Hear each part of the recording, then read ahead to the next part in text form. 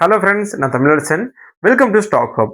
இன்னைக்கு ரொம்ப இன்ட்ரெஸ்டிங்கான அண்ட் தென் நிறைய பேருக்கு பிடிச்ச ஒரு டாப்பிக்கை பற்றி பார்க்க போகிறோம். ஸோ இந்த சாப்டரை நீங்கள் ஃபர்ஸ்ட் டைம் பார்க்குறீங்கன்னா இந்த வீடியோ பாஸ் பண்ணிட்டு சேனலுக்குள்ள போய் சாப்டர் 1ல இருந்து பாருங்க. ஏன்னா நம்ம ஒரு ஃபுல் பிளேஜர் ஒரு கோர்ஸ் ரன் பண்ணிட்டு இருக்கோங்க ஷேர் மார்க்கெட்ல, அதுவும் ஃப்ரீயா. நீங்க 15,000 25,000 கட்டி பார்த்தாலும் இந்த மாதிரி இன்ஃபர்மேஷன் கோர்ஸ் உங்களுக்கு கிடைக்கிறது டவுட் தாங்க. ஏன்னா இதுல 100+ சாப்டர்ஸ் இருக்கு. 50 வந்து சைக்காலஜிக்கல் கான்செப்ட், 50 வந்து ட்ரேடிங் கான்செப்ட். ஸோ அந்த வகையில இது ஒரு சூப்பரான ஒரு டாபிக்கா நான் நினைக்கிறேன். அண்ட் தென் இந்த கோர்ஸோடைய பேரு பிகினர் டு மாஸ்டர் ட்ரேடர். நீங்க ஒவ்வொரு சாப்டரா ஸ்கிப் பண்ணாம பார்த்துட்டே வந்தீங்கன்னா நீங்க ஒரு பெட்டரான ட்ரேடரா மாறிடுவீங்க without any payment. Okay friends, வாங்க வீடியோக்குள்ள போகலாம். ஸோ இன்னைக்கு ஏடிஹெச் பத்தி பார்க்க போறோம். ATH break out. ஏடிஹெச்னா all time high break out. ஒரு பங்கு இல்ல ஒரு குறிப்பிட்ட செக்டாரே பார்த்தீங்கன்னா ஒரு குறிப்பிட்ட பிரைஸ் ரேஞ்சுக்குள்ள மாட்டி கிடக்கும். ஸோ அந்த பிரைஸ் ரேஞ்ச் வந்து எது 3 வருஷத்துக்கு மேல இருக்கோ அதை தான் மல்டி இயர் அப்படின்னு சொல்லுவோம். ஸோ இந்த மாதிரி ரொம்ப வருஷங்களா ஒரு பிரைஸு கீழே ப்ரெஷர்ல இருக்கக்கூடிய ஒரு பங்கு பிரேக்கர் கொடுத்தது அப்படின்னா நியர்லி 5 டைம்ஸ் 10 டைம்ஸ் 20 டைம்ஸ் கூட ரிட்டர்ன் கொடுக்கும். அண்ட் தென் இந்த மாதிரி ஆல் டைம் ஹை பிரேக்கர் கொடுக்கக்கூடிய பங்குகள் ஒரு வருஷத்துக்கு, அதாவது மினிமம் அந்த ஒரு வருஷத்துக்கு அந்த ரேலி வந்து கண்டினியூ ஆகும். ஒரு 100 ரூபாயில இருக்கக்கூடிய பங்கு ரொம்ப வருஷம் கழிச்சு பிரேக் அவுட் தருது அப்படின்னா 2000 ரூபாய் போகும் வாய்ப்பு இருக்கு.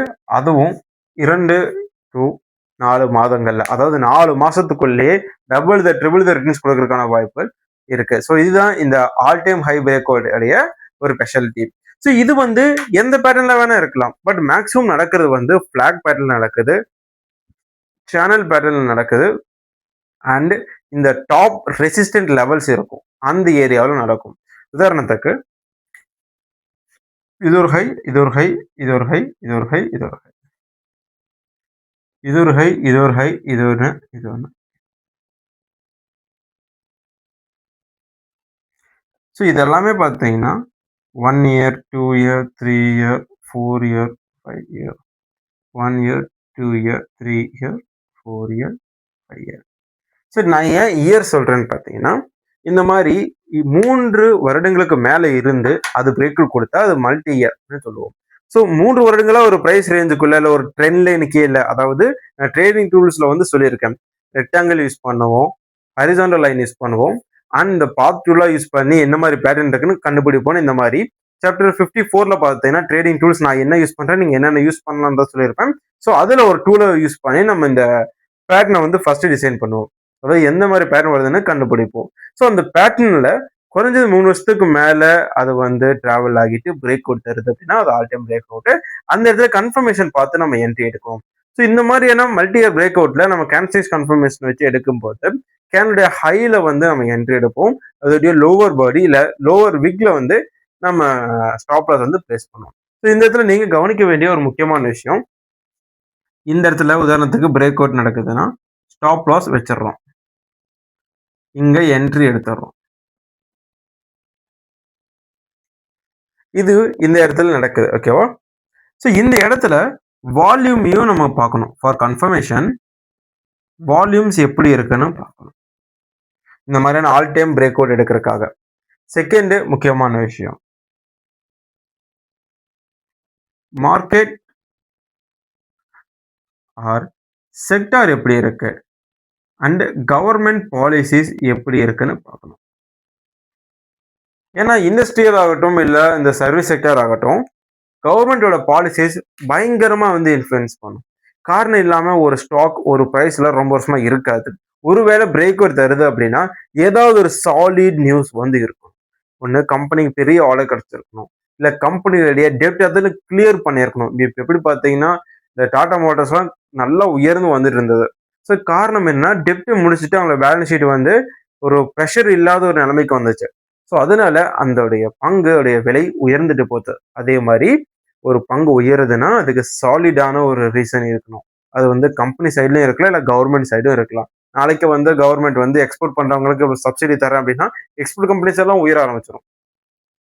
சுகர் பிரைஸை வந்து நான் ஏத்த போறேன்னு சொல்லிச்சு அப்படின்னா சுகரை சார்ந்து இருக்கிற எல்லா இண்டஸ்ட்ரியும் உயர ஆரம்பிச்சிடும்.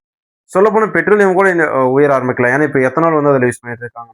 ஸோ இந்த மாதிரியான ஒன்னோட ஒன்று ரிலேட்டடா இருக்கும். நம்மளுடைய சாப்டர் 61லயும் அண்ட் 36லயும் பார்த்தீங்கன்னா இந்த 2 டாபிக்கும் வந்து நம்ம ஓரளவுக்கு டிஸ்கஸ் பண்ணியிருப்போம். எப்படி இந்த நியூஸஸ் வந்து ரியாக்ட் ஆகுது அப்படின்றத பத்தி பேசியிருக்கோம். ஸோ இப்ப பாத்தீங்கன்னா நமக்கு வந்து சாலிடான ரீசன்ஸோ இல்லை செக்டார் பாசிட்டிவோ மார்க்கெட்லயோ ஒரு ஸ்ட்ராங்கான ஒரு ரேலியோ போயிட்டு இருந்ததுன்னா இந்த all time high break out சக்சஸ்ஃபுல்லா போகும். ஒருவேளை மார்க்கெட் வீக்ல இருக்கு இல்ல செக்டார் வீக்ல இருக்கு இல்ல கவர்மெண்ட் சைட்ல இருந்து ஒரு பெரிய நியூஸ் எதுவுமே இல்லை அப்படின்னா இந்த all time high break out வந்து ஃபெயில் ஆக வாய்ப்பு இருக்கு.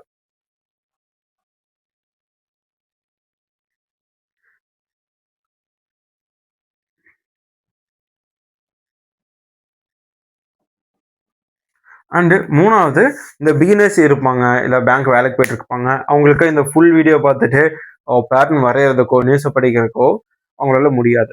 ஸோ அப்படி இருக்கும்போது 50 day and 200 day moving average cross ஓவரே வச்சு எடுக்கலாம். அண்ட் தென் இந்த 2 மூவிங் ஆவரேஜுக்கு மேலே ப்ரைஸ் ட்ராவல் ஆகிட்டு இருக்கு அந்த மாதிரி நேரத்தில் பிரேக் அவுட் தருதுனாலும் அதுவும் பாசிபிளாக இருக்கும். சொல்ல போனால் ஒரு மாதிரி ஒரு கோல்டன் கிராஸ் ஓவர். ஓகேங்களா? மிஸ்டேக்ஸ் என்னென்ன பண்ணக்கூடாது அப்படின்னு பார்ப்போம். மிஸ்டேக்ஸு எல்லாமே ஆல் டைம் ஹை கிடையாது. 2 வருஷம் இருக்கு அது ஆல் டைம் ஹைனா இல்லை, 3 வருஷத்துக்கு மேல அது ஸ்ட்ரகிள் ஆகி இருக்கணும். கரெக்டான பேட்டர்ன்ஸ் வந்து இருக்கணும்.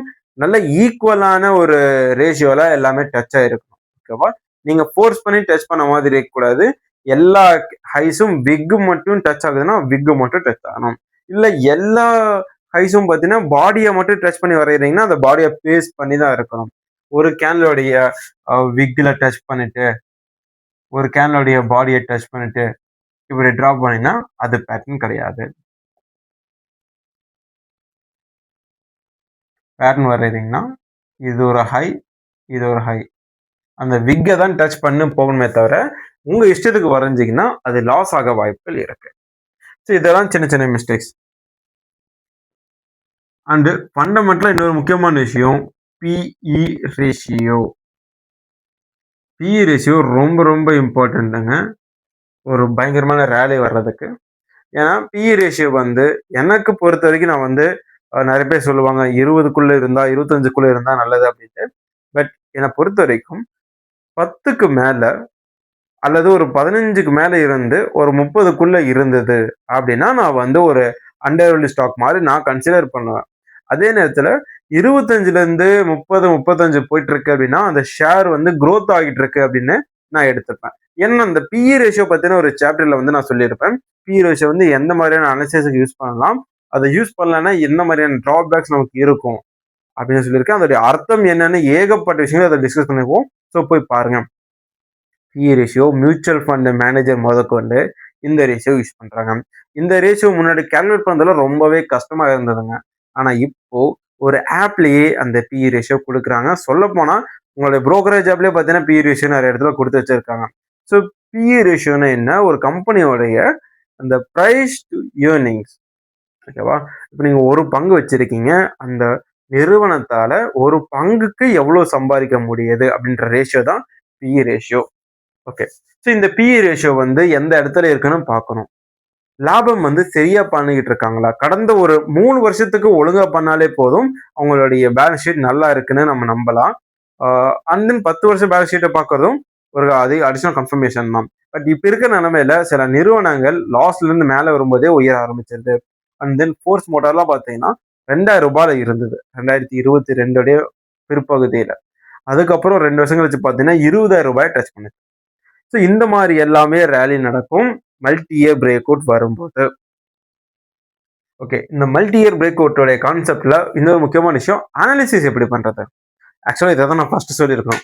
இப்போ இந்த மல்டி இயர் பிரேக் அவுட்ன்றது சொல்றாங்க எந்த சார்ட் பேட்டர்ன் யூஸ் பண்ணலான்னு கேட்டீங்கன்னா, சார் சார்ட் டைம் ஃப்ரேம் யூஸ் பண்ணலான்னு பார்த்தீங்கன்னா வீக்லி அண்ட் மந்த்லி யூஸ் பண்ணலாம். மந்த்லி கூட அப்பப்போ நமக்கு குழப்பி விட்டுரும். அதனால வீக்லியே நீங்க யூஸ் பண்ணுங்க. ஏன்னா நமக்கு ஒரு மந்த்லி கேன்சிஸ் பார்த்தோம்னா ஒரு 4 கேண்டில்ஸ் முழுமையடைஞ்சா தான் நமக்கு கன்ஃபர்மேஷன் கிடைக்கும். ஸோ அந்த 4வது கேண்டில் முழுமையடையும்போது அந்த ஷேர் ஏன் 50% ரிட்டர்ன் கூட குடுத்துருக்கலாம். ஸோ அப்போ நம்ம மந்த்லி சார்ட்ட வச்சு என்ட்ரி எடுக்கும்போது, மந்த்லி கேண்டில்ஸ்டிக்ஸ் உடைய ஸ்டாப் லாஸா தான் யூஸ் பண்ண முடியும். அப்படி பார்க்கும்போது நீங்க 50% ஸ்டாப் லாஸ் வச்சு ட்ரேட் பண்ண முடியாது இல்லையா? சாரி 20% வச்சுட்டு நீங்க ட்ரேட் பண்ண முடியாது.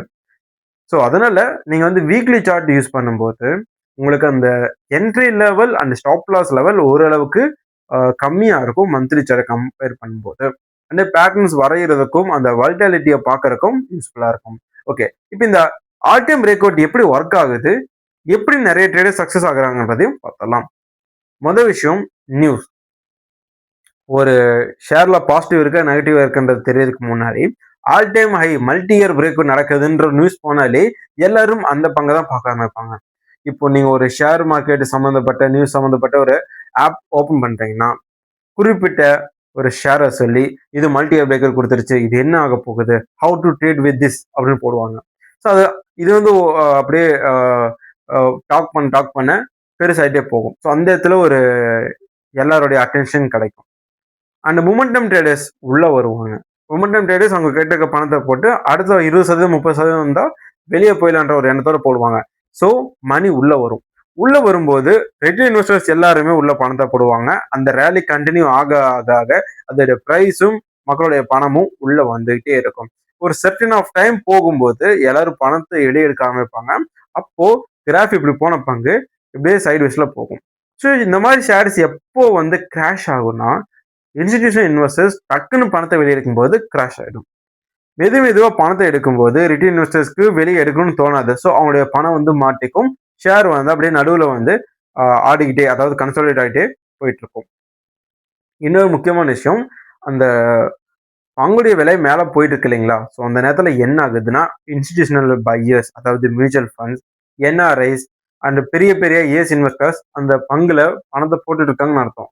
அதனால தான் ரிட்டெயில் இன்வெஸ்டர்ஸ் அவங்க ப்ராஃபிட்டை புக் பண்ண பார்த்தீங்கன்னா இந்த ஷேர் மேலே போயிட்டு இருக்கும். ஸோ ஆல் டைம் ஹைல இந்த மூணுமே வந்து நடக்குது. அப்புறம் இதுல எதை விஷயத்த நான் மறந்துட்டேன் அப்படின்னு தெரியல. நான் ஒரு முக்கியமான விஷயத்த சொல்ல வந்திருந்தேன். ஆ புதுசா வர பிகினர்ஸ் வந்து இது எதுவுமே தெரியல அப்படின்னா கோல்டன் கோல்டன் கிராஸ் ஓவர் பத்தி ஒரு வீடியோ போட்டிருக்கேன். ஸோ இந்த கோல்டன் கிராஸ் ஓவர் பார்த்தீங்கன்னா 10 ட்ரேட்ல 5 to 6 ட்ரேட் உங்களுக்கு நஷ்டமாகிற மாதிரி தான் காமிக்கும். இல்லைன்னா லேட்டா பிக்கப் ஆகிற மாதிரி காமிக்கும்.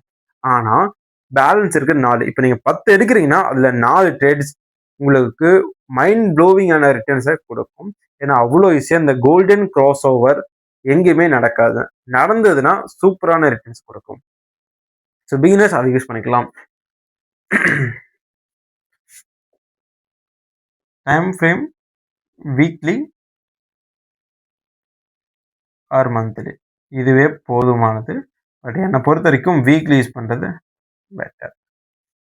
ஓகே ஃப்ரெண்ட்ஸ், இந்த 79th சாப்டரில் ஏடிஹெச், அதாவது மல்டி இயர் பிரேக் அவுட் இல்லை all time high break out, இதை பற்றின சொன்ன தகவல்கள் உங்களுக்கு பிடிச்சிருக்கு நம்புறேன். தேங்க்ஸ் ஃபார் வாட்சிங். டாடா, பாய்.